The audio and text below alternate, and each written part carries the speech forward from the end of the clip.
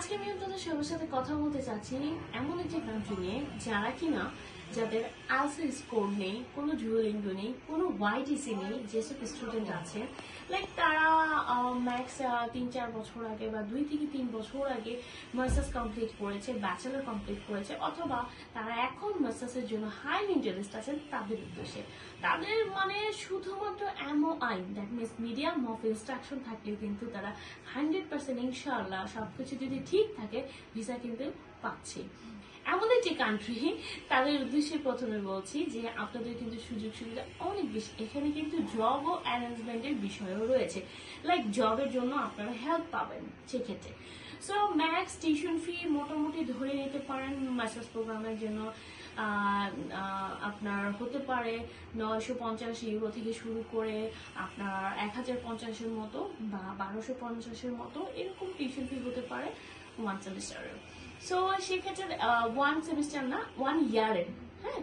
So সেক্ষেত্রে কিন্তু আমি আপনাদেরকে একটি কথা বলবো, এই কান্ট্রির নামটি অনেকে জানতে চাচ্ছেন যে আপু কেন নাম বলছে না, বলবো অবশ্যই বলবো। আমি এখন ব্যাচেলরদের জন্য বলবো। ব্যাচেলরে যাদের সিজিপিএ মোটামুটি 3.5 করে রয়েছে এবং আইএলটিএস 6.5 রয়েছে, তাদের কিন্তু সবকিছু কনফার্ম ইনশাল্লাহ।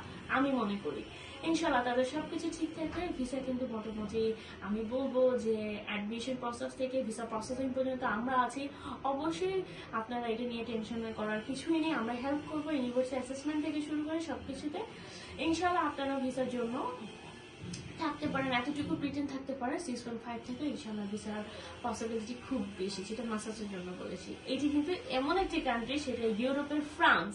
আপনারা অনেকেই আছেন যে ফ্রান্সে পড়াশোনা করতে যেতে যাচ্ছেন, যে ফ্রান্সের লাইফ স্টাইল কেমন, আপনারা অনেকেই জানেন যে খুবই ভালো একটি কান্ট্রি, খুবই সোবার একটি কান্ট্রি। সো আমি আপনাদেরকে যেহেতু ডিটেলস বলে দিয়েছি, আমি মনে করি এখন আর ডিটেলস বলার কিছু নেই। তারপরও যারা কিনা অনেক আগ্রহী আছেন, যেসব স্টুডেন্টরা রেডি যে আপকামিং ইনটেকের জন্য আমি কোন কান্ট্রিতে যাব বা আমার বাজেট ভালো আছে, মোটামুটি একটা বাজেটের মধ্যে আপনারা ফ্রান্স ডেস্টিনেশনটা চুজ করতে পারেন। সো আমি এই নিয়ে কথা বলেছি অলরেডি, আপনাদেরকে মোটামুটি একটা ইনফরমেশন দিয়েছি। নেটসের এডুকেশনের পক্ষ থেকে আমি আপনাদের সবার সাথে কথা বলেছি। এর আগেও আপনারা আমাদের ভিডিও পেয়েছেন, আরো নতুন নতুন ইনফরমেশন পাবেন। সো নতুন এই কান্ট্রিটা নিয়ে আমি কথা বলে দিলাম, ফ্রান্স নিয়ে এর আগেও বলেছিলাম। সো দেরি না করে আজই যোগাযোগ করুন, কারণ স্কলারশিপ অ্যাভেলেবেল আছে। সো খুব বড় বড় অপরচুনিটি কিন্তু এখানে রয়েছে। সো আর যারা দূর থেকে ভিডিওটি দেখছেন, যারা আসতে পারছে না, নিজেদের ডিসক্রিপশন বক্সে ফোন করে ফ্রি কাউন্সেলিং নিতে পারছেন। ধন্যবাদ সবাইকে।